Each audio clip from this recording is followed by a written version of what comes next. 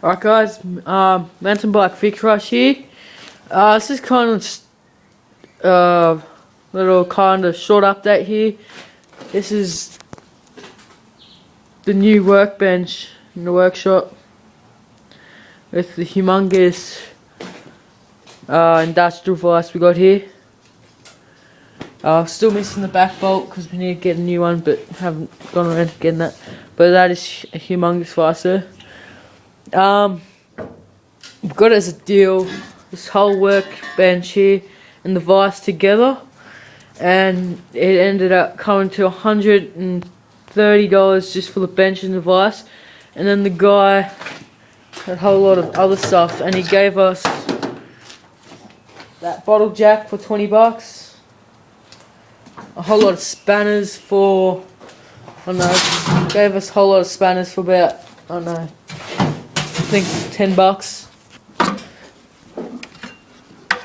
A free Hitachi grinder, which is in pretty good condition, and a whole lot of free steel. Alright, just set up now. I know I haven't made a video on that before, but there's that, and then this is the old workbench here. So the power tools, the chainsaw, chain sharpener, the stone grinding thingy, and our other vise here. This is what we used to do our work on, and now we got this humongous space, and it's just awesome as. It's got a whole lot more room here actually because we cleared it all out. There's my CAG. I actually snapped the whole back of the plastic, so you can see where I tried fixing it before, because it used to just be a crack along there to here and to here, and it was just hanging by there, and I fixed it, and then I accidentally hit it and it just all came off. So it's sitting here somewhere, it's sitting over there. And then there's my JR50.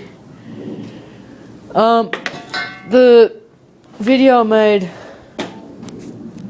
last time of it when I first got it, that was actually a while ago. I uploaded it not long ago, but I got it quite a while ago. But it had the straight through pipe on it. See if I can find it here somewhere. It's just had a straight through pipe, and my mate, which I got the bike off, actually had the pipe lying around, so we ended up cutting it there and putting the stock muffler on it. And then there was a humongous hole here, so we got a piece of tin and welded that on there, and it's much quieter now.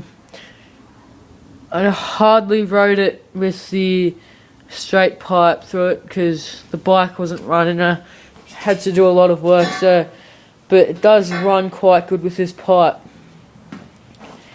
I discovered that on the carb, I had no idea, like no one told me, because I got this from my school. Well, I got it off my mate, and I rebuilt the bike with him, and then we did a swap. But the carb, I was just wondering why it was bogging out, so I took the carb apart and I was cleaning out the jets, and I found one. I was looking for the other one everywhere. Last minute I just saw a threaded hole, and it just, because there's a couple mods you can do to this, like first gear mod, and there's people that are removing one of the jets. Now I discovered that one of the jets have already been removed in this bike, which is pretty cool. You saw us having a problem with the Kickstarter in the last video. I fixed that, and then the engine was stuffing up, and then like it bogged out when I was push starting it. Right, I was trying to push start it, and the Kickstarter just went whoosh and just snapped. The whole Kickstarter shaft cleanly snapped off. I'll turn the bike around so you can see it. Just turn it around so you can see. Clean off there. Where's the... I'll show you the Kickstarter.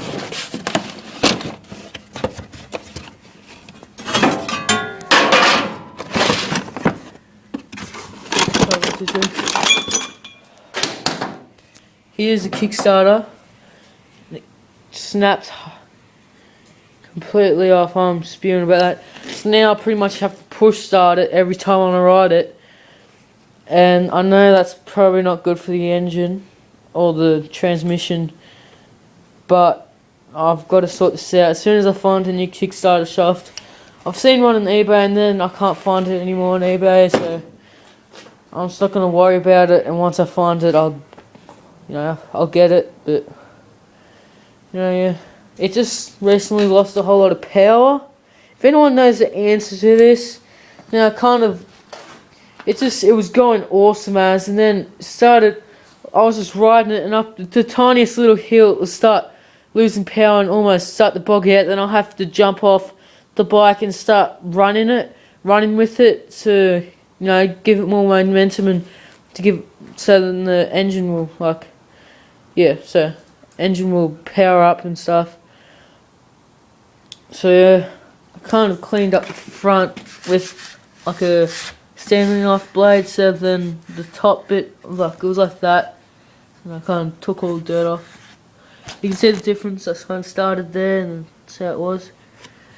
So, this is a whole custom seat. I think it was off like I don't know, it was off a dumpster or something probably, and I fully modified it so it will fit a JR50. I didn't make a video on it, but what I did, this used to come up like about there, come up like that, and then go down. I cut it off, and my mum sewed it all here, and tucked it in there. And at the front, the bolts out. See that piece of plastic going down there? That used to sit flush like that, horizontally. And I got a blowtorch to it and made it vertical like that, so it would fit in this little bracket there. Don't know if you can see it.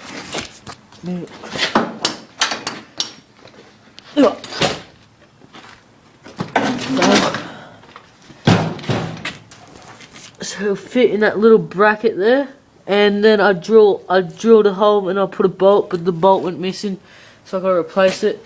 And in the back, what I did, I got some thin steel aluminium, and I screwed it to these little bits on the seat here, and then I drilled a hole through the frame here, and then went into the steel with the lock nut on the other side. Also with this bike, also had another problem. The fork's locked up recently, so I'm kind of pissed about that, but I'll work it out. I'll take the forks apart and see if I can work it out. So that's that. Little update. There's my dad's mowers, because he has a gardening business. Yeah, that's why it's so fucking messy in here. Yeah, the walker and that, fun to drive. This is a little bike stand I made out of steel. Yeah, and it's for that bike. You put the axles in there and it holds it. Alright, so that's that. And I'll be doing a project video on that, maybe, probably.